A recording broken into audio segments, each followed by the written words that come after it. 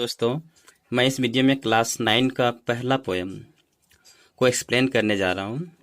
Poem का नाम है the road not taken. It is written by the poet Robert Frost. यह बहुत ही अच्छी पोएम है और ये हमें बहुत कुछ सिखाती भी है, बहुत ही अच्छे एक्सपीरियंस देती है। सबसे पहले हम लोग इस पोएम का मीनिंग समझते हैं। The road not taken, what is the meaning of the road not taken. यहाँ जो रोड लिया गया है ये हमारे लाइफ के बारे में बताती है। चॉइसेस, इस पोएम का थीम है प्रॉब्लम ऑफ चॉइसेस। हमारे पास बहुत सारे चॉइस होते हैं जिसमें हम लोग कंफ्यूज हो जाते हैं कि हमें क्या चुनना है। उनमें से किसी एक को चुनना होता है। तो द रोड नॉट टेकन, यहाँ पर जो रोड है, the road symbolises our life, यह हमारे लाइफ को सिंबलाइज करता है। The poet says that the path that we don't choose in our life is the road not taken। यहाँ जब द रोड नॉट टेकन जो है, यह पोइट इसके बारे में बताते हैं कि वह रास्ता जो हमने अपने जीवन में नहीं चुना, जिसे हमने छोड़ दिया, उसी को द रोड नॉट टेकन के रूप में लिया गया है। यानी हमारे पास बहुत सारे ऑप्शन होते हैं लाइफ में। हम लोग जब 10th का एग्जाम देते हैं उसके बाद भी हमारे पास बहुत सारे चॉइसेस होते हैं कि हमें साइंस लेना है या आर्ट्स लेना है या कॉमर्स लेना है।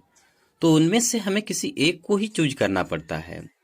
तो जिस चीज़ को हमने छोड़ दिया उसी को यहाँ पर पोइट ने बहुत अच्छे तरीके से समझाया है। उसी को इन्होंने द रोड नॉट टेकन के रूप में लिए हैं।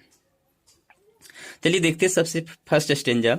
To roads diverged in yellow wood and sorry I couldn't travel both and be one traveler long I stood and looked down one as far as I could to where it bent in the undergrowth। कवि कहते हैं कि कवि एक बार जंगल के मध्य से गुजर रहे थे। उस समय ऑटम का सीजन था। येलो वुड का प्रयोग यहाँ जंगल के रूप में आया है। जैसे कि हम लोग जानते हैं वुड का प्लूरल अगर वुड्स बनाते हैं तो उसका मीनिंग हो जाता है जंगल। और यहाँ पर आर्टिकल लगा हुआ है अ येलो वुड, इसका मतलब भी हुआ जंगल में। वो जंगल में टहल रहे थे, उसमें पत्तियां पीली हो चुकी थी, यानी ऑटम का सीजन था। And sorry I couldn't travel both, और वहां पर जाके देखते हैं कि एक ऐसे जगह पहुंच जाते हैं कभी कि वहां से रास्ते दो भाग में बट जाते हैं।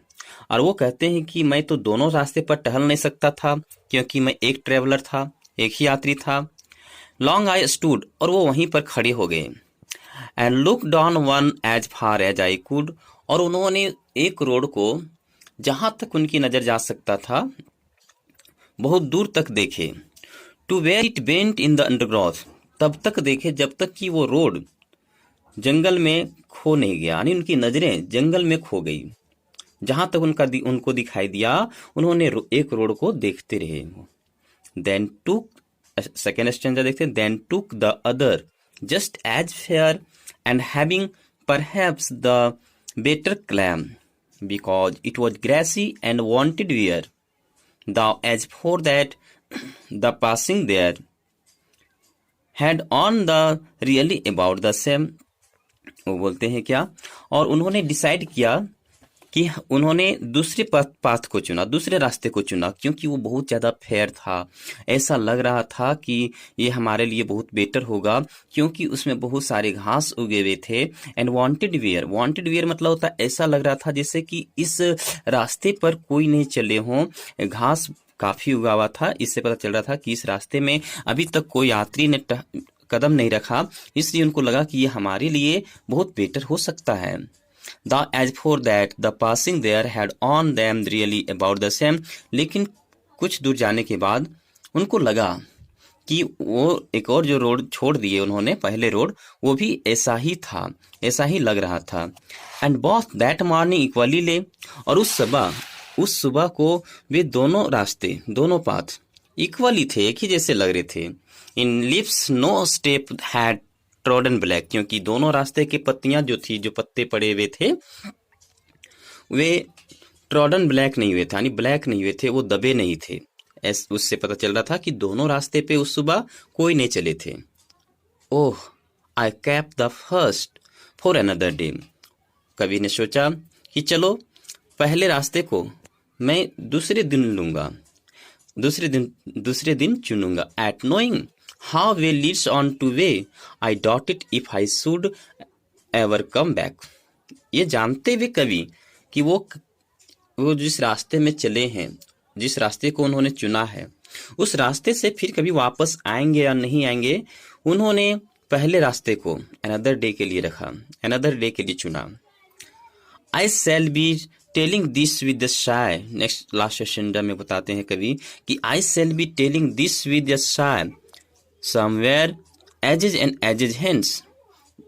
वो बोलते हैं कि फ्यूचर में, वो शाय मतलब होता है अंगड़ाई लेते हुए, थोड़ा लंबी सांस लेते हुए कवि कहते हैं कि फ्यूचर में मैं बोलूंगा, two roads diverged in a wood and I took the less travelled by and that has made all the differences. वो बोलेंगे फ्यूचर में कि मैं एक ऐसी जगह पर पहुंचा था जंगल में जहां से दो रास्ते गुजरे हुए थे, जहां से दो रास्ते बटे हुए थे, और मैंने उस रास्ते को चुना जिसमें लोग बहुत कम चले थे, और इसी वजह से आज मेरे अंदर जो डिफरेंस है वो इसी वजह से है। इस पोएम में कवि ने बहुत अच्छा चीज बताया है कि हमारे लाइफ में बहुत सारे प्रॉब्लम, कुछ ऐसी समस्या आ जाती है जहाँ पर हमारे पास बहुत सारे चॉइसेस होते हैं, लेकिन हमें उनमें से एक को चुनना होता है।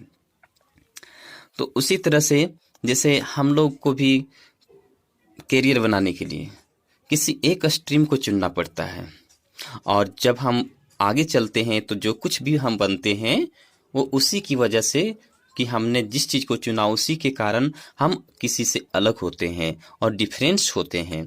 यहाँ पर कुछ वर्ड मीनिंग दिया हुआ है। Yellow wood, autumn season. Woods मतलब होता है जंगल। वुड का अगर प्लुरल बन जाता वुड्स तो उसका मतलब होता है जंगल, और अगर अ वुड भी रहे तो उसका मीनिंग हो जाएगा क्या, जंगल के रूप में होता है। तो मुझे आशा है कि इस वीडियो से आपको the road not taken poem समझ में आ गया होगा। तो प्लीज अगर आपको यह वीडियो अच्छा लगे तो please subscribe and share. I hope आपको अच्छा ही लगा हो। Thank you.